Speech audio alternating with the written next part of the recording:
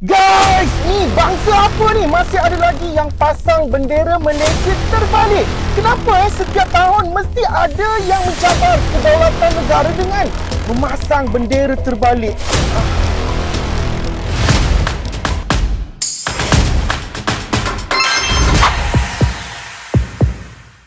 Isu pasang bendera terbalik kali ni ianya berlaku di Kulai Johor. Apa nak jadi?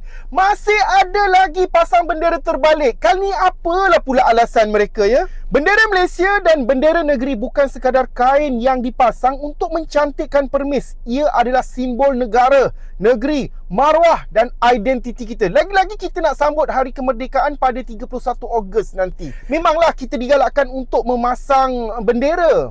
Sebab itulah apabila kita lihat ada golongan kelompok yang memasang bendera ini secara terbalik, perkara ini kita dah tak boleh dianggap sebagai remeh atau sekadar tersalah pasang ataupun apa-apalah alasan yang tidak musabah untuk dilihat. Perkara ini adalah kesilapan kecil. Lagi-lagi melibatkan bendera Malaysia dan juga bendera negeri Johor pada kali ini. Apa-apa pun saya nak ucapkan tahniah kepada pihak berkuasa tempatan yang mengambil tindakan pantas. Diharapkan tindakan penguatkuasaan ini bukan sekadar notis sahaja, tetapi jika terdapat apa-apa kesalahan di sisi undang-undang yang lain, biarlah proses terusnya dibuat melalui saluran yang sewajarnya. Walaupun hati ini panas dengan kebiadaban yang berlaku pada kali ini.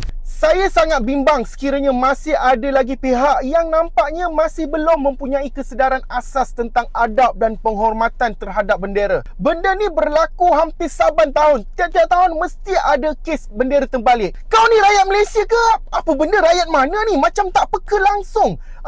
Keadaan struktur bendera Malaysia tu macam mana? Tak ambil tahu langsung. Kalau bendera pun dah tak tahu hujung pangkal atas bawah macam mana, saya rasa nak bercakap bahasa Melayu ni memang tak lepas lah, memang tak fasih lah, betul tak? Korang rasa macam mana? Kalau bendera pun dia boleh buat macam ni. Korang rasa macam mana? Layak ke diberi kerakyatan kalau pasal bendera pun tak lulus? Letih lah nak layan benda ni setiap tahun. Dan kalau kata pasal bendera terbalik ni mesti dikaitkan dengan bangsa ni